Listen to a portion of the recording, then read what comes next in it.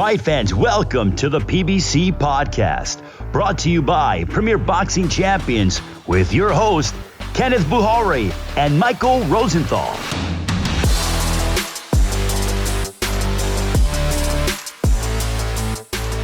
Welcome, everyone, to the PBC Podcast. I'm Kenneth Bouhairie. And I'm Michael Rosenthal, editor of USA Today's Boxing Junkie. We want to thank you guys, as always, for tuning in. This week on Toe to Toe, Mike and I are going to unveil the results of a poll we took for the top 5 PBC fighters, pound for pound, today. We can't wait to share that with y'all, but let's bring in our guest this week. He is an undefeated 2-division world champion, hoping to do the same in the 168-pound weight class, Demetrius "Boo Boo" Andrade.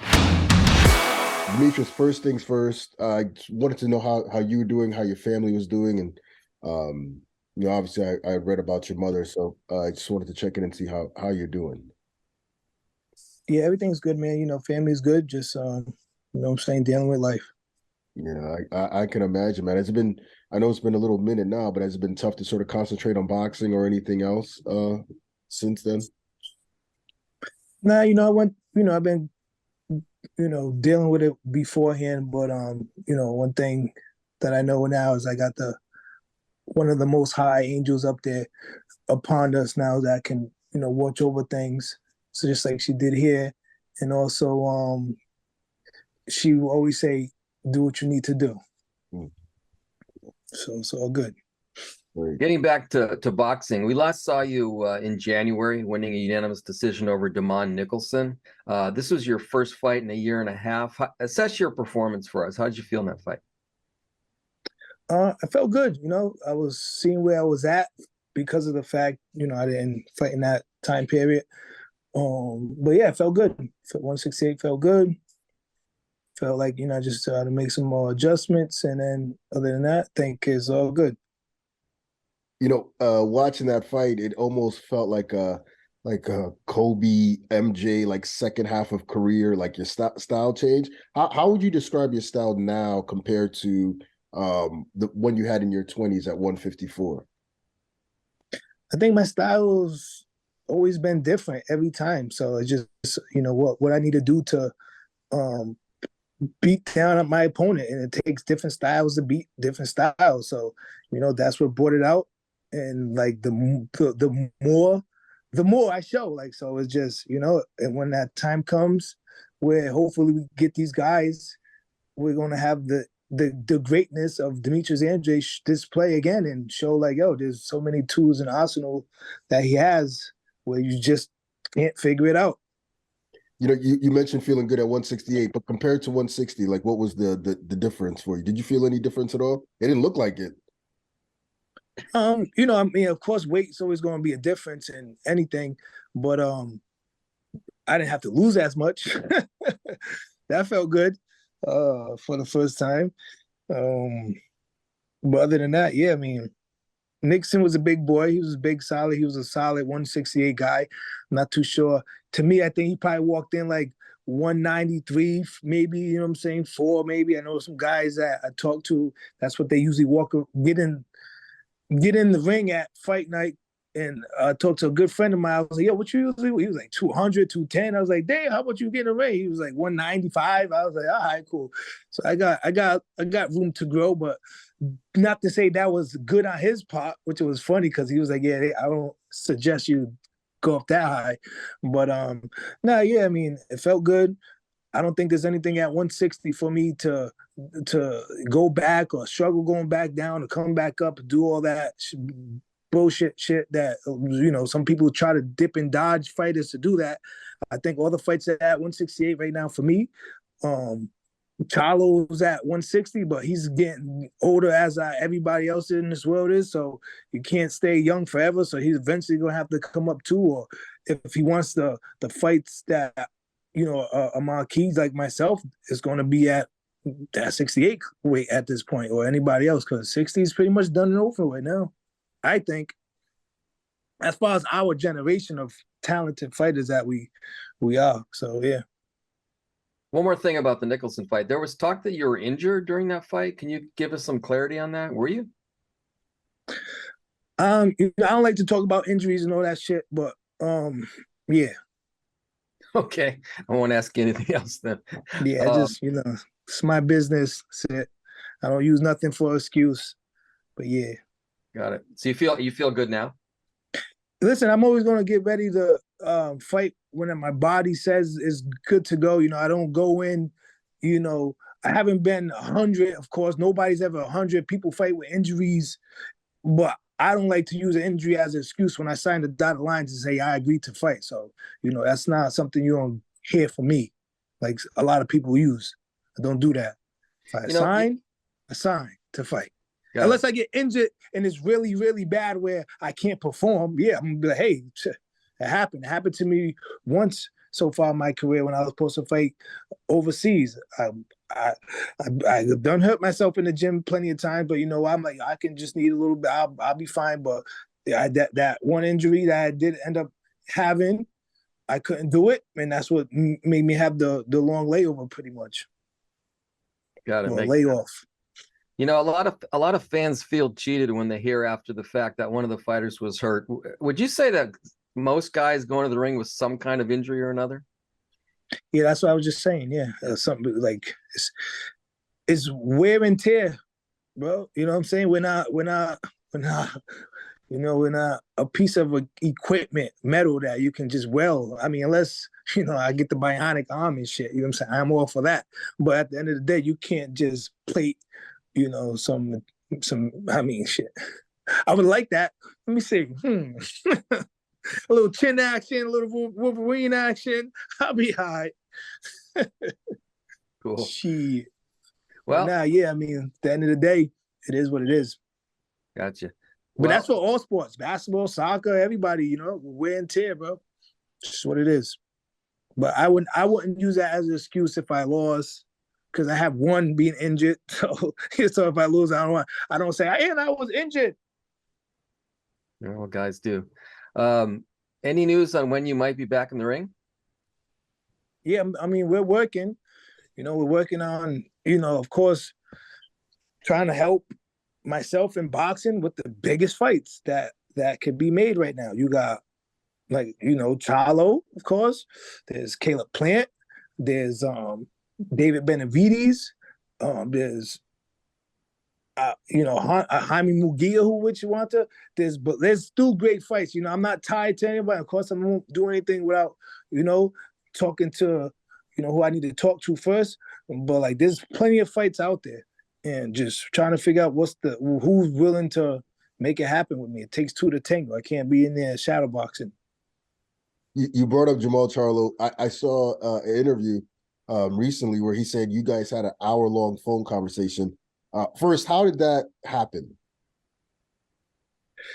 I just ended up hitting him up. I was like, yo, what's your number? So we can chop it up. Let's just have a real conversation.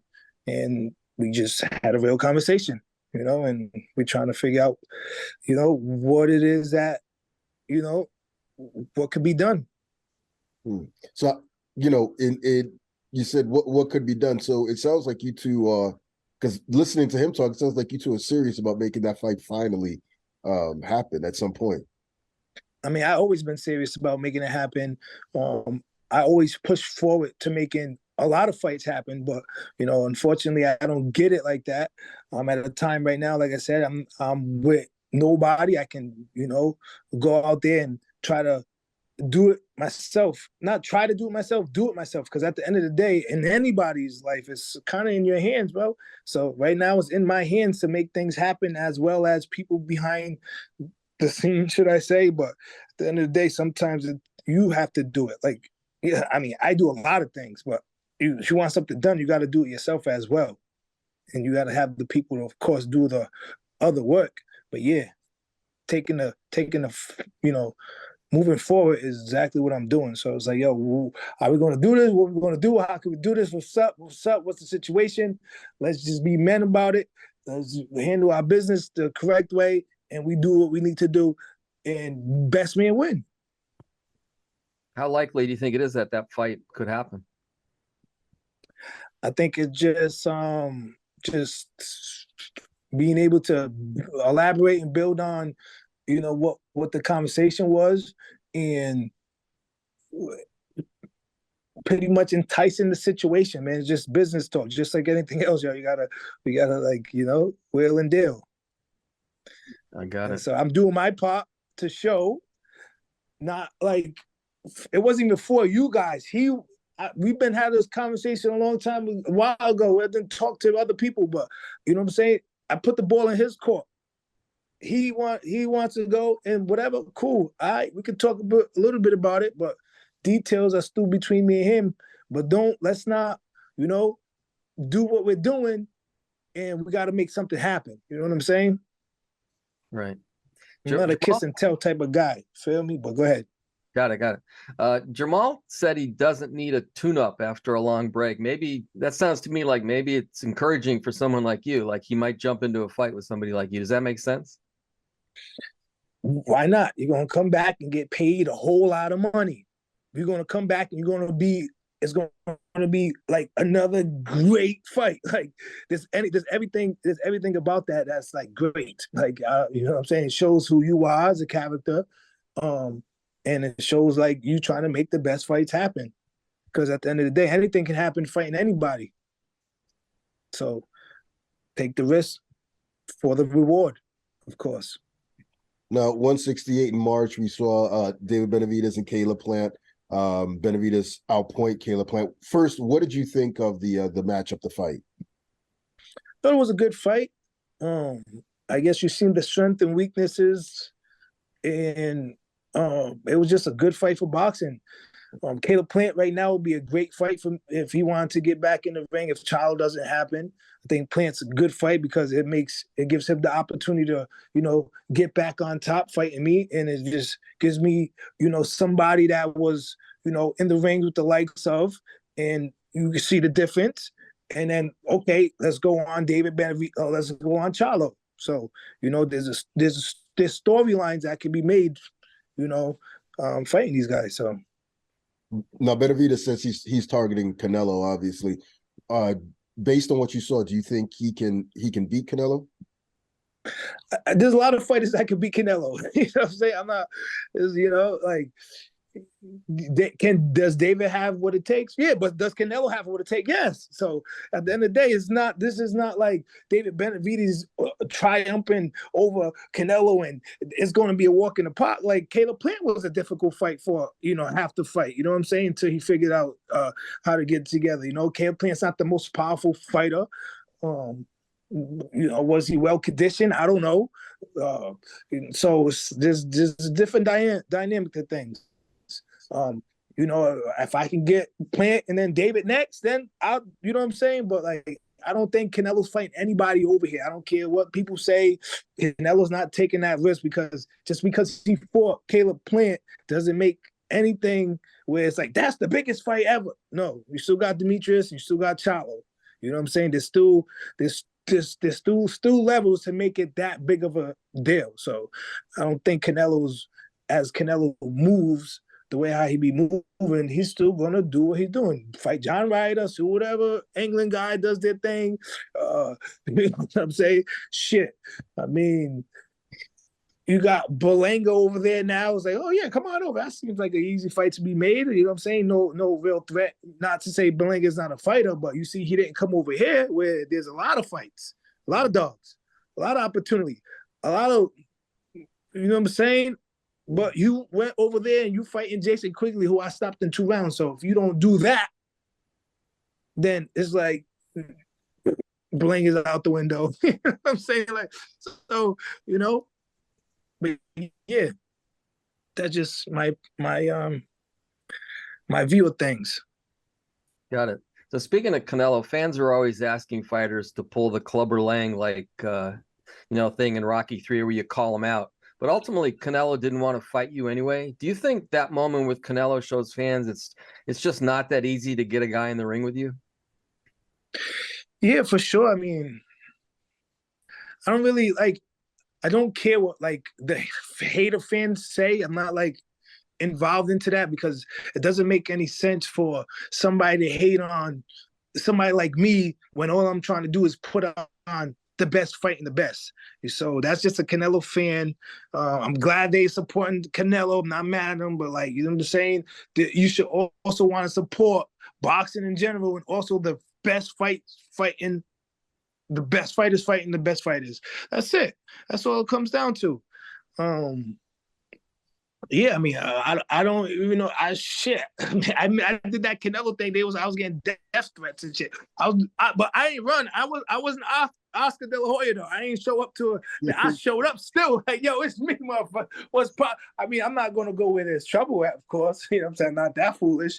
But yeah, I mean, come on now, that's crazy. But at the end of the day, you know, I'm here willing to put it on the line like I have been doing pretty much all my life, is giving boxing and myself the opportunity to better and give and of course receive. But yeah, I mean, it's prize fighting. You know, if I'm a manager of the other guys, with your ability and your style, I'm not sure I'd be crazy about my guys fighting you. What do you have to do, or what has to happen for you to get these guys into the ring? At the end of the day, it's all about money. Like I said, it's prize fighting. Everybody gets paid fighting me, so I don't know what the problem is.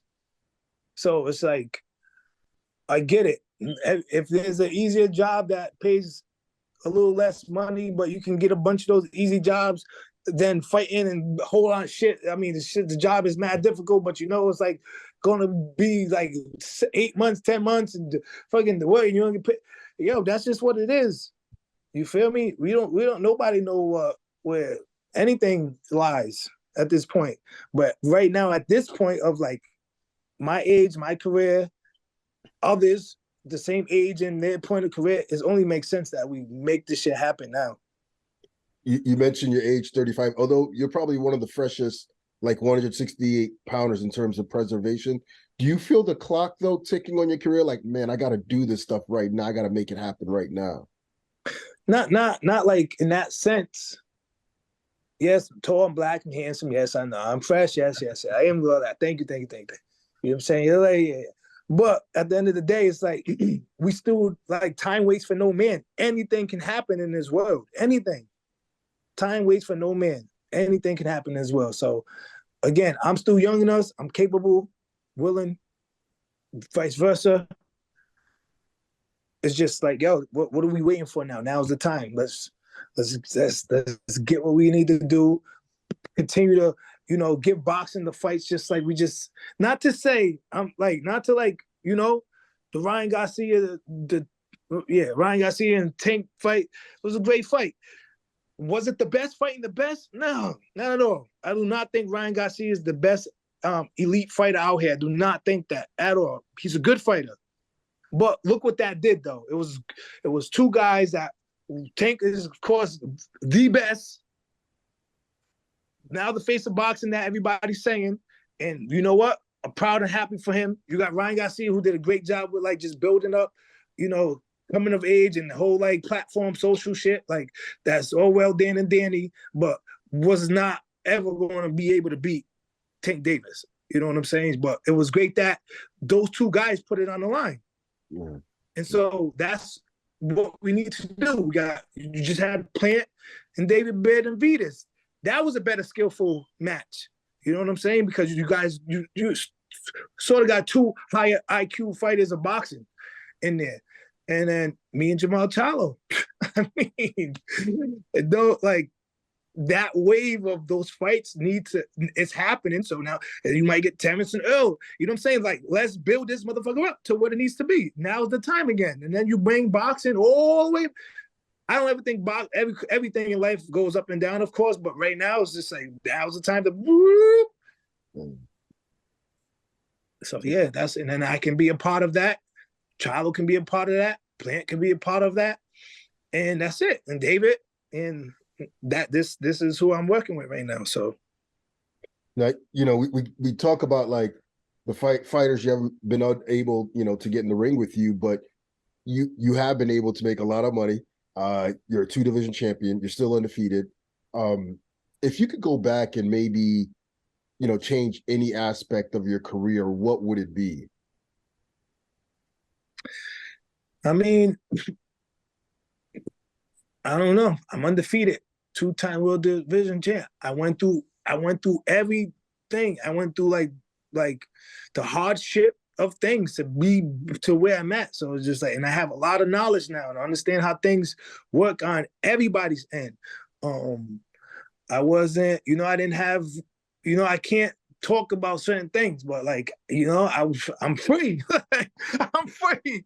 You feel me? I got freedom. So like, freedom and just I tell everybody nowadays, don't do anything without a real lawyer present, meaning like when I say real lawyer, like somebody that's on your side, not the party's lawyer or somebody just to read something quick because of the language and whatever. Nah, you have somebody that's official that you're going to ride with for a time frame that's in the business, and don't do anything without that person reading. That's it. And you there reading with them. Learn what that shit says.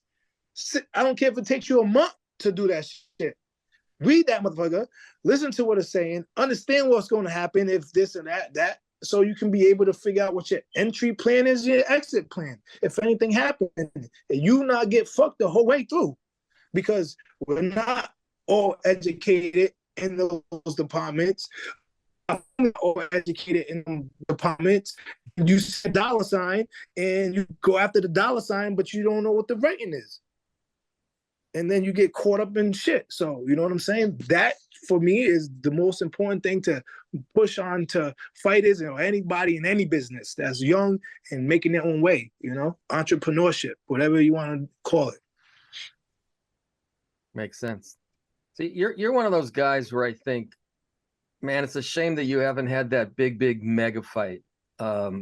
It's almost like it's not fair based on what you've accomplished. Is that a fair way of looking at it? I mean, listen, it's not over.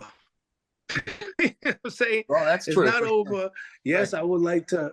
It's not over. I'm still here. Like I said, I know. Thank you. Yes, I'm tall, black, handsome, fresh, straight, fire, don't get hit. Yes. But I'm still here. Making it happen. Still applying the pressure. And anybody who is like I'm applying the pressure with is everybody my age.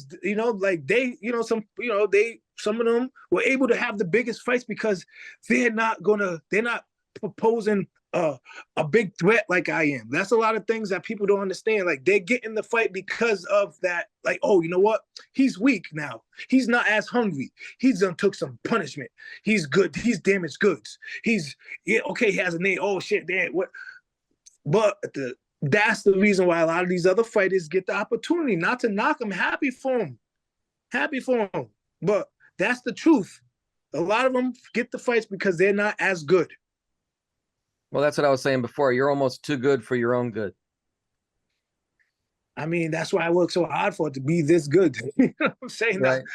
I worked hard to be the household name, to be the guy that's supposed to be here and everybody else get in. And I can be able to be like, you know what? Yeah, because I know that I have the ability to beat these guys.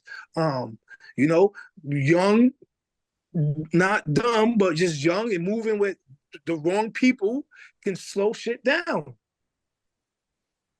Or some people don't want to see you get it unless their claws are right into you and they can get some too. But I try to tell people too, like, just like any sport in the school system, you have a middle school coach, a high school coach, a college coach, and an NBA coach. Sometimes coaches, promoters, managers, you just can only get you this so far. Let it go. Move on. It don't need to be beef. It don't need to be a problem. Thank you. Here's the next graduation guy. He's the next guy that can do it for you.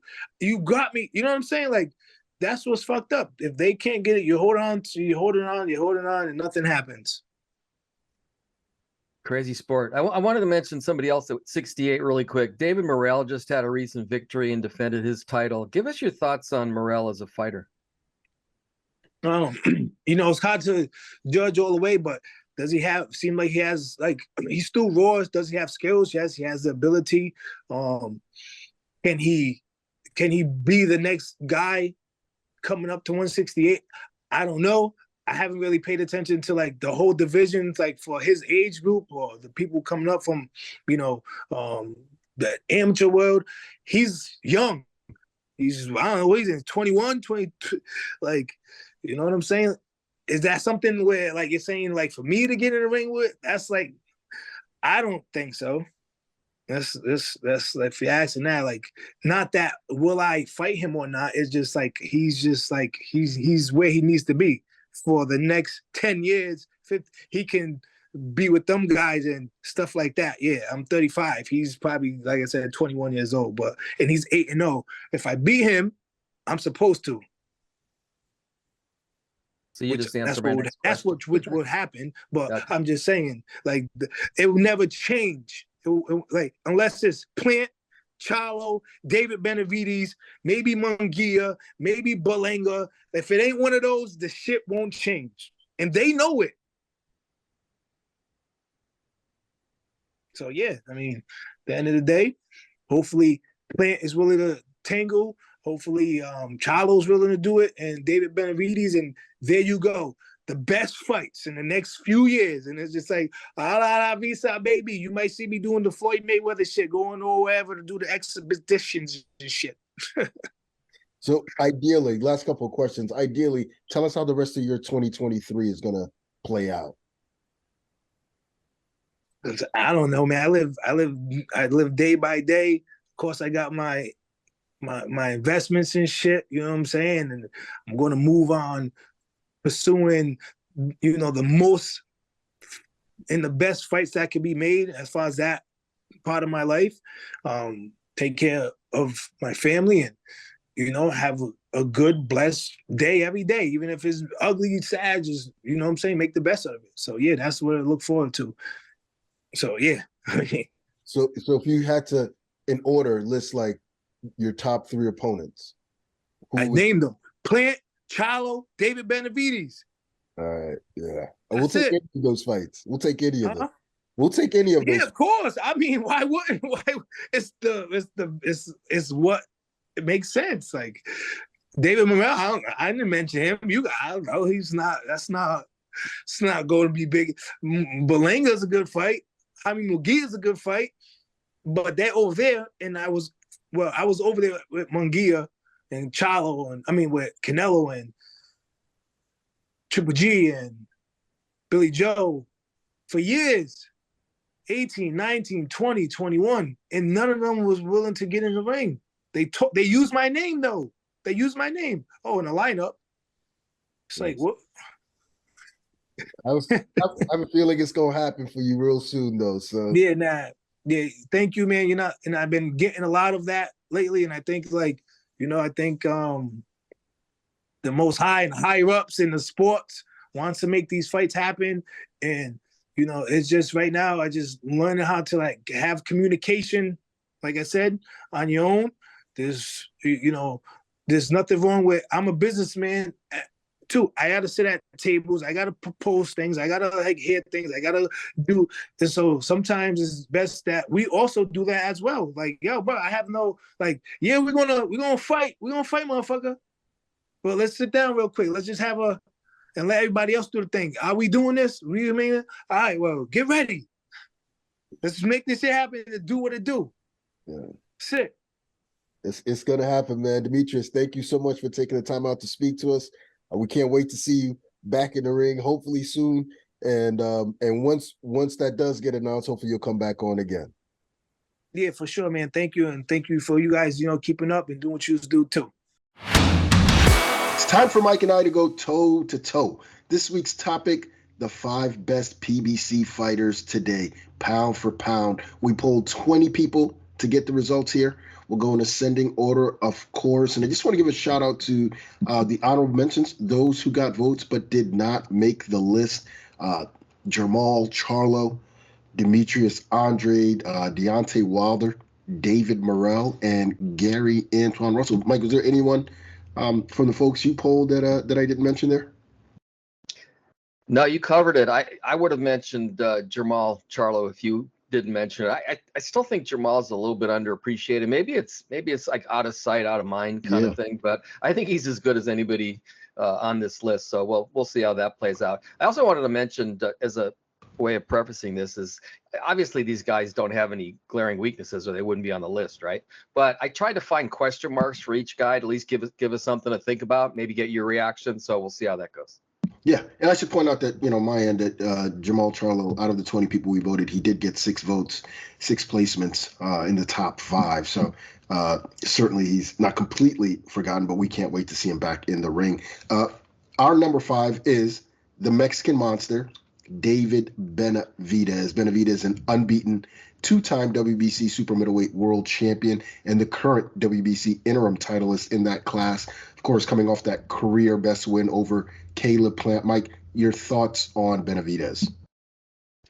Well, Benavidez might be my favorite fighter on this list because of the way he fights. He and Davis and just a few other guys, I think, can argue that they're the best offensive fighters in the game.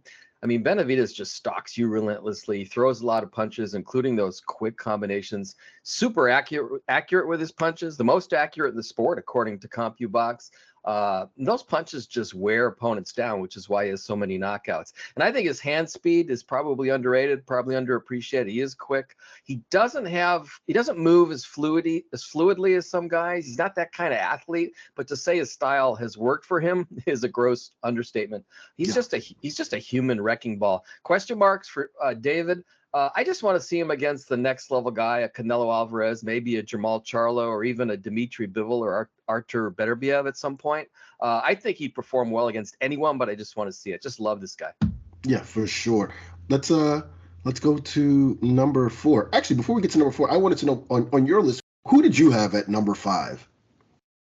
So I considered all the guys that eventually made the list, but my number 5 was Jamal. As I said, I just think the world of him. I think he's a terrific boxer, tough guy. He's got a good resume. He just hasn't fought for a long time, so we'll see how he does when he gets back in the ring.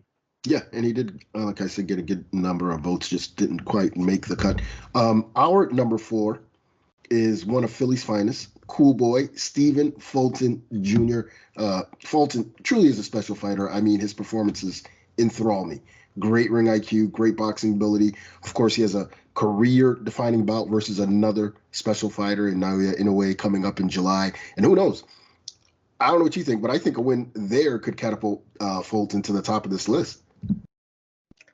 Yeah, the beauty of that matchup is it's a big risk for Fulton. I really applaud him for taking that fight. I mean, Inoue might be the best fighter in the world. He's certainly in the top couple guys. If he wins that fight, he jumps all the way to the top. I'm not sure if he's necessarily number one pound for pound, but man, oh man, he's right there. You covered it when you described Fulton. He's just a wonderful athlete, wonderful boxer, quick, moves so fluidly in the ring. He's got great footwork. He's got a high ring IQ, as you mentioned. I can go on and on. He's just a tremendous boxer. And I think he's also a fighter at heart. He'll stand and trade if that's what he needs to do. Yeah. We saw that against Brandon Figueroa in a tough fight that he gutted out as much as anything else. I think he's going to be very tough to beat no matter who the opponent is. The question mark I have about Fulton is that he doesn't seem to have game-changing power, which isn't a prerequisite for greatness, but it certainly helps, doesn't hurt. One reason that Figueroa gave him trouble is that Brandon Figueroa, who probably should maybe have been mentioned among this group, is just an absolute freaking beast. Also, yeah. Fulton didn't give him a reason to stop coming, really. He's such a good boxer, though. That just might not matter in the long term. Yeah, for sure. I mean, we'll see how he deals with Inoue in July. Let's go to number 3 on the list, Gervonta Tank Davis. Now, it should be pointed out that Davis, as well as the number 2 on this list, received a lot of first-place votes. And the top 3 were pretty interchangeable as far as I can see, but who can deny Davis at this stage? He's a 5-time, 3-division world champion, and also the sport's biggest draw coming off that monster pay-per-view win over Ryan Garcia. Mike, give us your take on Baltimore's finest. Well, as I've said many times, find a weakness. I think he's the most gifted and the most powerful of all the guys that were considered for this list, meaning eventually he'll get to the top of the list probably. Think about that. I think he's probably the best boxer and the hardest puncher of all the guys that we're going to mention here. He's a really terrific technician, including defensively. I'll keep saying that. It's very difficult to hit cleanly. And even when you do get a clean shot in, he's got a great chin. He also can and does remove your head from your body, or in the case of Ryan Garcia, damage the body itself, at any time in the fight. which we've seen over and over again. He's arguably the face of boxing. He's also arguably the best all-around fighter, or at least on his way to being the best all-around fighter. The only question mark I have, and I kind of have to reach a little bit here, is what I've said in the past. He has one more level of competition to conquer, in my opinion. The Shakur Stevensons, the Devin Haney's, that level guy. When he beats those guys, and I believe he probably will, I really believe that there would be nothing to criticize as far as Tank Davis goes. I mean, what I love about Tank is just that I never know what style he's going to fight. You can pop in 5 different fights from Tank, and he fights 5 different ways depending on what the opponent presents. And to me, that's the mark of a great fighter. Now, speaking of great fighters, let's go to number 2, the undisputed 154-pound world champion, Jermell Charlo. Another fighter who received a lot of first place votes, and rightfully so. Charlo's a master craftsman. He's a veteran, and he's a killer in the ring. I mean, combine all that, and you're talking about a Hall of Fame caliber fighter. He's been through so many different eras and come out on top. Mike, what more can we say about this guy? Well, I think Jermell is an underappreciated fighter, even though he's high on this list. He's an excellent boxer with elite level punching power, which is always a really dangerous combination. But what stands out to me, and you sort of alluded to this by using the word killer, and it's the characteristic that I like most about him, is his fighting spirit. His ferocity, his confidence. He goes in there and says with his actions, I'm going to kick your ass. You better get used to that idea. And then he goes out and does it. That's one reason he's so much fun to watch. He comes every time to inflict serious harm on his opponents. If there's a question mark with Jermell, maybe it's that he can lose focus sometimes. Tony Harrison upset him in their first fight. Brian Castano drew with him in their first fight. Then, after Jermell realized that he screwed up, he dominated both of those guys in the rematches. As I've said, you don't want to fight this guy a second time, but it's probably not a good idea to fight him even once. Yeah, seriously. The 154-pounder Zuma Nelson. I mean, he's just, you're definitely not the kind of guy you want to see again in the ring. And let's go to number 1, though. Drum roll. Our PBC top fighter, pound for pound today, is the truth. Errol Spence Jr., who far and away got the most votes on this poll. Spence, the undefeated unified welterweight world champion. What a great run he's had at 147. To come back from the adversity he's encountered and still be the big fish in the division says a lot to me. Yeah, I think he's the most accomplished guy here, to go with his obvious ability. I think he's just really skillful, efficient boxer with no obvious weaknesses. He can outbox you, he can outbang you. He's the kind of guy who's just always going to find a way to win a fight, which is really what this all comes down to. I thought of the fight with Mikey Garcia when he outboxed a boxer. I thought of the fight against Sean Porter when he outslugged a pressure fighter. It doesn't matter what you throw at him. He's just never phased at all, and he always has an answer. I love your comparison that you made a while back to Dimitri Bivol. Neither guy is particularly flashy. They're great in a more subtle but effective way. Spence is also a tough guy. To survive that car accident that you alluded to and come back like he did is really something. He's just one of the best fighters of his generation. Now, the only question mark I have, and I'm reaching a little bit here too, is whether the accident and maybe some taxing fights, and I'm thinking mainly of the Porter fight, might have taken something out of him long term, but it didn't look like it in his last fight. So I haven't seen signs yet, but you wonder. Yeah, for sure. And of course, we all want to see the big fight at 147 versus Terrence Crawford. But yeah, I think the thing that sticks out to me about Errol Spence, one, is his composure. Going to Sheffield, England to win that title in front of nearly 30,000 screaming Kelbook fans. And then the fundamentals. You mentioned the comparison to Bivol. He's just a very, very sound fighter. Credit to Derek James, his trainer, as well. But no doubt, according to at least the folks we polled, Errol Spence Jr. is the man over at Premier Boxing Champions. And that's going to do it for this week's show. We want to thank Demetrius Andrade for joining us. And of course, we want to thank you all for tuning in. Be sure to check us out next week for more boxing talk, more banter right here on the PBC Podcast.